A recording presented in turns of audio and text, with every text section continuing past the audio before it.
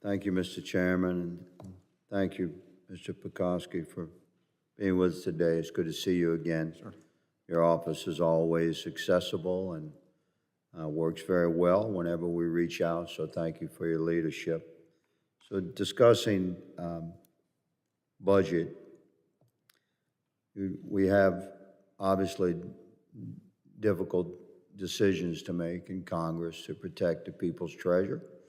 We all work at the pleasure of the citizenry that we serve, and we must be focused on good stewardship of the people's treasure. So we're in the same boat there.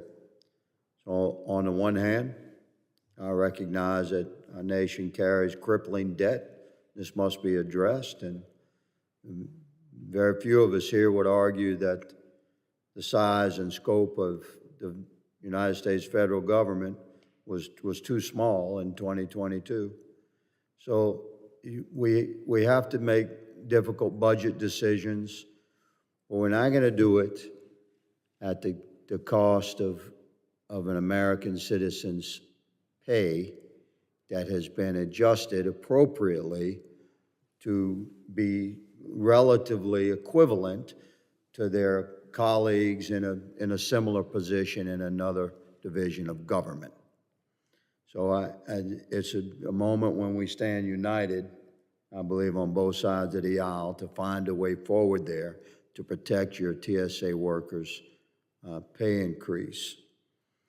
That being said, I'm going to ask you about a couple of areas of your budget and ask you to explain to the American people how you deal with that. Your budget request, TSA's requests, included two legislative proposals and include terminating the deficit reduction contribution of the aviation passenger security fee and eliminating exit lane staffing by TSO. So the aviation passenger security fee would return $1.56 billion annually to TSA. Currently, that revenue from the passenger fee, which is about $11.20 for a round trip ticket, is that money is required by statute to go back to the Treasury. We want to return that to TSA. So if we got that done, how would that impact your budget request regarding protecting your people's pay?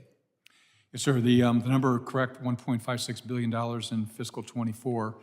That would pay for our pay increase. So it's directly relevant. Okay, that was an honest answer. My goodness, thank you for a straight, honest answer. The objective would be to move forward with the TSA services that are provided to the people, crucial for the safety of travel, and prepare for the coming years. I mean, you're dealing with 2.2 million people a day. It's a stunning number when you look at it. What you guys are accomplishing is amazing. And you're looking at over 3 million during the travel season this summer, I believe you stated that? Yes, sir. We should be very close to 3 million. If we don't see it this summer, we'll likely see it over 3 million a day. Mm-hmm.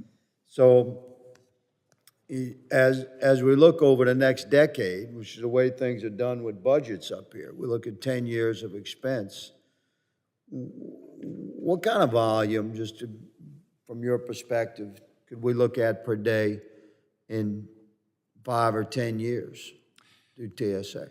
Sir, Mr. Higgins, thanks very much for your comments. And generally, a rule of thumb is that passenger volume growth in aviation increases by about 4% compounded year over year. 4% per year? Year over year, yes, sir. That's what you've seen historically for growth? Okay. Well, we can extrapolate those numbers and look at significant growth. I mean, it's increasing by roughly half what you're doing now. So you could be looking at 4 million people a day during your busy season within the next decade. I think that's fair, yes, sir. Yes, sir.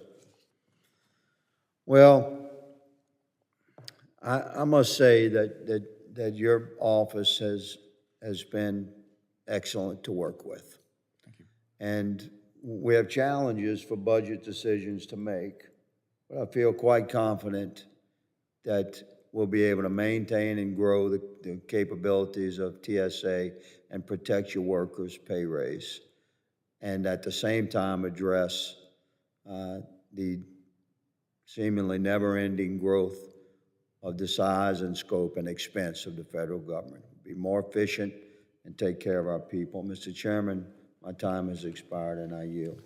Gentleman's